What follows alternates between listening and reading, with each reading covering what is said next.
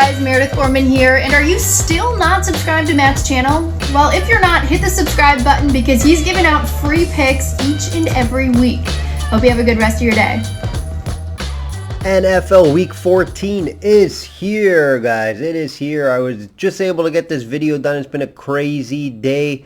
Doing this pretty late here on the East Coast. Playoff races are going to start, and they're starting to get tight, guys. It's starting to get down to the final weeks before the wild card and the playoffs. Every game matters now, especially the big divisional games. We'll be going over some of those. Today I'll be looking at three matchups like usual. One being the Monday Nighter. Nothing's changing with the format, guys. Three profitable weeks in a row now for myself and clients. A nice 4-0 prop day for us, which was able to allow us to profit last week. Hitting a couple nice few plus money winners as well. Didn't end well, though, with a Buffalo loss. Very frustrating. Jones threw 3 times. They ran the ball. They got one big run for like 70 yards by Harris. And that's all they really did, and they won the game. Yes, the weather was a concern, but I thought it would favor the Bills. I think it did. Allen wasn't affected. He didn't play great. Pats obviously played some good defense. It was the red zone issues, right? They had the ball in the red zone multiple times in that game. 2 or 3 different trips they had in the red zone. They were moving the ball much better than the Pats, and they couldn't capitalize in the red zone. And that's what a lot of games come down to, right? Your red zone efficiency, and it was terrible for the Bills. Their defense played okay, but you knew they were just going to rush. So they did let up some big yards on some rushes. So overall, it's a very disappointing game for the Bills, especially in the future market. I do have the Bills over to win the division. I do have them over 10 wins as well. That will get there. I'm not worried about that, but a little worried now. Pats are going to have a loss somewhere down the line. I know they're on a bye this week. Bills are playing Tampa this week. So we'll see what happens. I think Bills do have a chance in that game. That's one of the games I'll be going over here shortly. Weekly update. Let's get into the weekly update. Another underdog outright winner for you guys last week. Another one. We're hitting this at a crazy pace and percentage this year. Similar to last year, to be honest. It was the same. Chargers plus 140, 145, whatever you got it at. Great value there. Great value there after a tough loss to Denver, which we were also on. Line was off in that one. 9-3 outright market on the year. We hit a teaser also for you guys last week. We know we've been up and down in the teaser market so far this year. Glad we got one back. I'll have another one for you this week. 33-21 spreads overall. And 57-36 all bets long-term run over 9 units on the year. So another profitable year. And I expect it to be a profitable NFL year for the 8th year in the row using the system. NBA is the highlight sport. You're always going to have a sport that you're doing better than other sports in. And it's going to, it could change from, every 3-4 months. But NBA right now has been great. 24-8. Start, guys. That's over 75%. Great start continues here. We had a hiccup on Saturday, and then what do? Bounce back with a Tuesday 3-0. PGA, another profitable week in the prop market thanks to a nice Thomas ticket, plus 180, top 5 winner.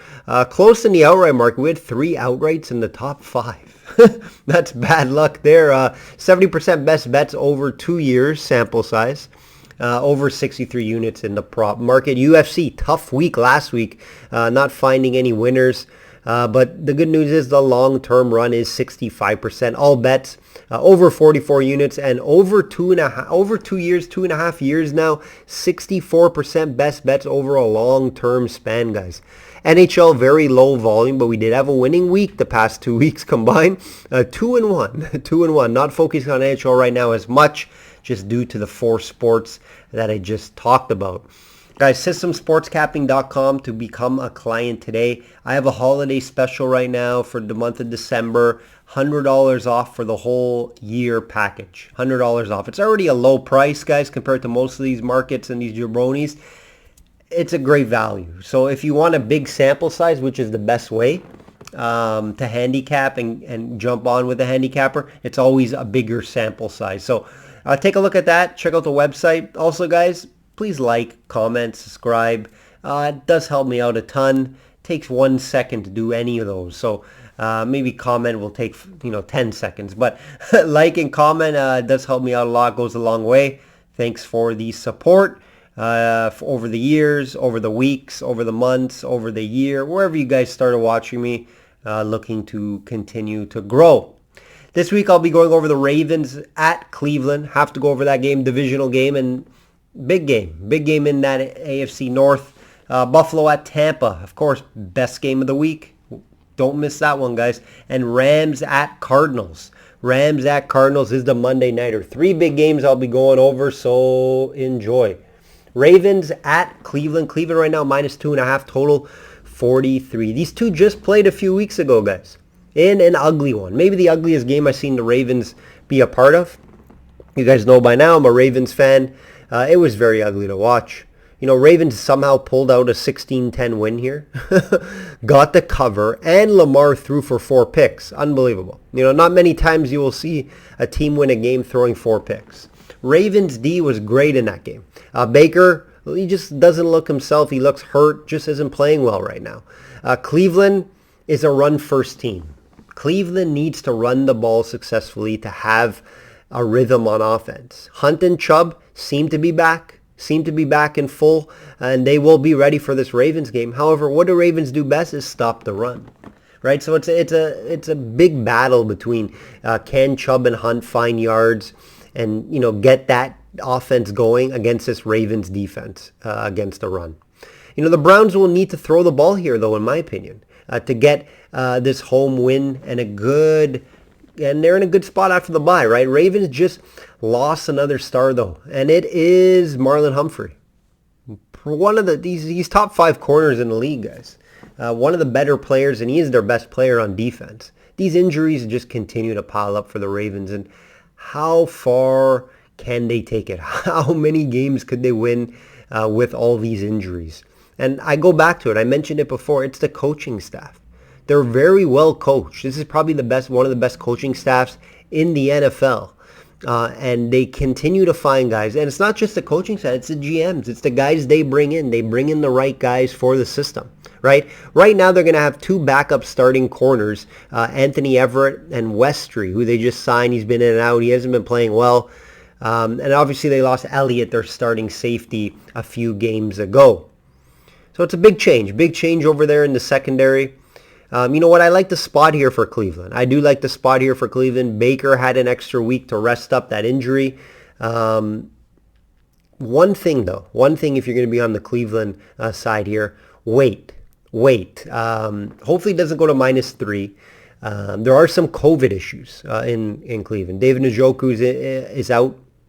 He's been ruled out already. Their punter has been ruled out. I got notice today that their punter's been ruled out. This means COVID is going around that locker room. So if you bet them today at -2.5 and then you hear all these guys are out on Saturday, it's tough luck. So wait on this game if you like Cleveland. If there's no more announcements by Sunday morning, it's still 2.5. I say pull the trigger on Cleveland. It's a bad spot for the Ravens. I think all these injuries are going to add up here. Cleveland off the bye. Cleveland playing Baltimore bye, and then Baltimore benefits them definitely. So I would look at that. Obviously, Baltimore. I always remember I went to a Baltimore-Cleveland game. Now, this was 4 years ago, if I recall, and Baltimore lost that game in Cleveland. This was 4 or 5 years ago. I went all the way to Cleveland for the game. They lost the game. It was very embarrassing. They didn't lose in Cleveland for a very long time. And, this is a new Cleveland team. I think they're going to have a better second half, in my opinion, after the bye. I can't really say it's a second half, but let's say end of the season. I think they're going to play better.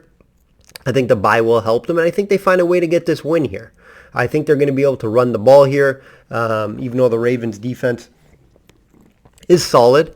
But I do think that's going to be the path to victory. Run the ball and, let Baker throw when needed and where needed against that banged-up secondary. But wait on this one, guys. There may be some COVID issues happening in Cleveland. Total, I lean the under 43. Lean the under 43 just due to the way Lamar's been playing, and Cleveland wanting to run the ball and Baker not playing well either. Buffalo at Tampa. This is a fun one. This is the exciting game of the week, guys. And it's Tampa -3, total 53.5. Fun one here, and some say possible Super Bowl preview, possibly. Tough loss for the Bills last week. They had a chance to win it, but I mentioned their red zone offense was terrible. They had a few passes in the end zone. At the end, they didn't make the catch and didn't capitalize on it. It was a messy game, of course, right, due to the weather, but we won't have any issues here in sunny Tampa Bay. One tough long run. Obviously, they led up against the Pats for them to lose that game. Bills have been up and down, right? Bills have been up and down as of late. And it is a tough spot for them on the road versus the champs.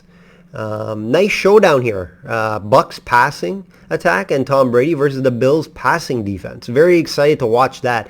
Brady and the pass got back on track last week with 4 TDs and 368 yards. But that was against the Falcons defense, guys. This Bills pass defense is number 1 in the NFL, 62.9 QB rating and a 5.7 yards per attempt. So I don't expect Brady has a ton of big play throws in this season. I don't see a bunch here. I think Bills are good at taking away that big play, and that yards per attempt will tell you that. I don't expect a huge game for Brady here. Last week, 4 TDs, 368 yards. I don't see that happening here. Tough loss for the Bills last week at home. I expect a bounce back game here for the Bills. I think they do play well. I do think Diggs should be in line for a big game here. I'm waiting for his props to come out. I would lean and look at the props to go over. Bucs secondary's banged up, and I don't see anyone that can lock him down.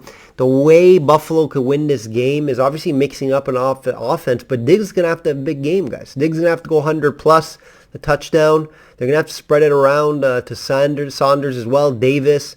I wish they had one more weapon there in Buffalo, another solid wide receiver. Nothing against Saunders, nothing against Davis, but another guy in there on that passing attack, that would be pretty with Diggs on the other side. I could look Pats maybe to run the ball here.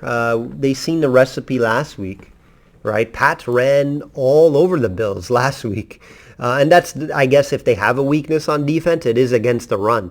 So maybe look for Fournette to get some additional carries here. He doesn't run a ton, 13 carries average on the year. If they can get up to that, maybe 16, 17, that could maybe benefit the Bucs here. Very interesting game. I would have to take the points here with the Bills, +3.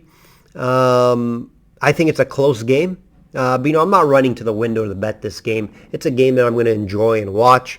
I can also see this going under the 53.5.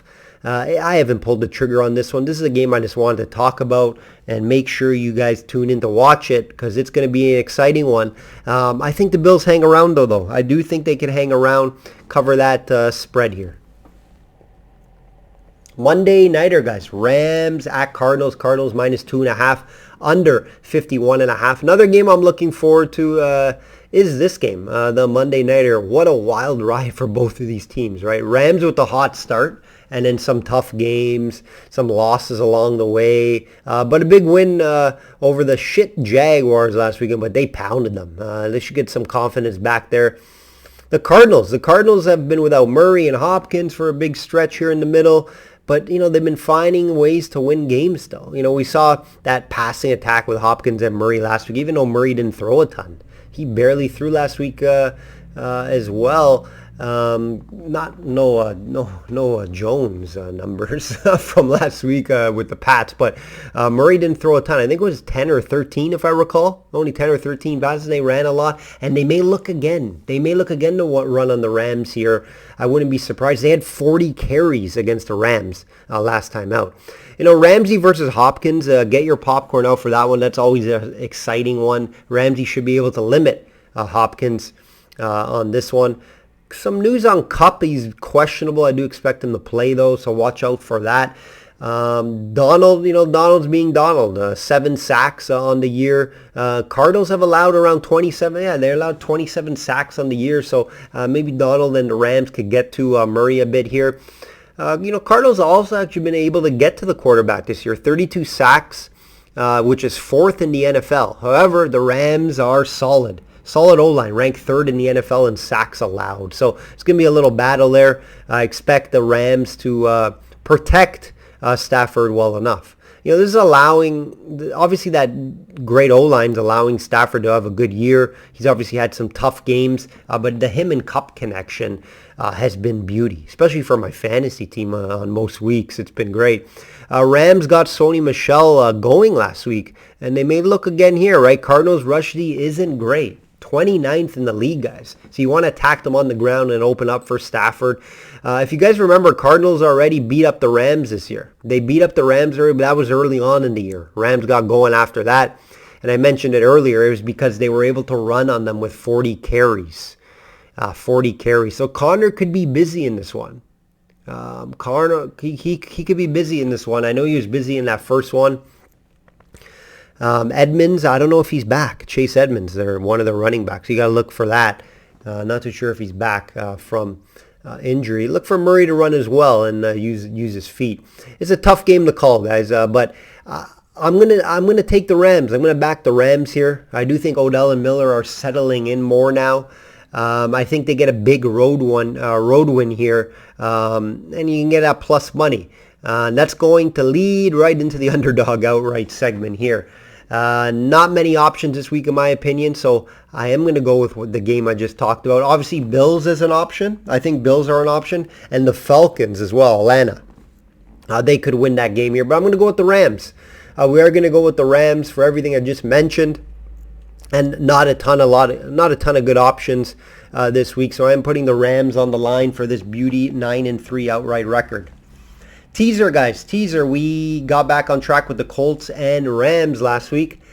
This week, we will be going to the Browns plus 4.5 and the Bills plus 10. Browns at home plus 4.5 and Bills plus 10, which I think should be a close game. And maybe a Bills win outright. Never know. All right, guys. That will do it for Week 14 NFL video. Hopefully, you guys checked out my UFC video already. Big card in the UFC 269. Go check out that if you haven't. Hit that like button, hit that subscribe button, share with friends. You know what to do. Like I always say, bet smart and know your limits. Take care.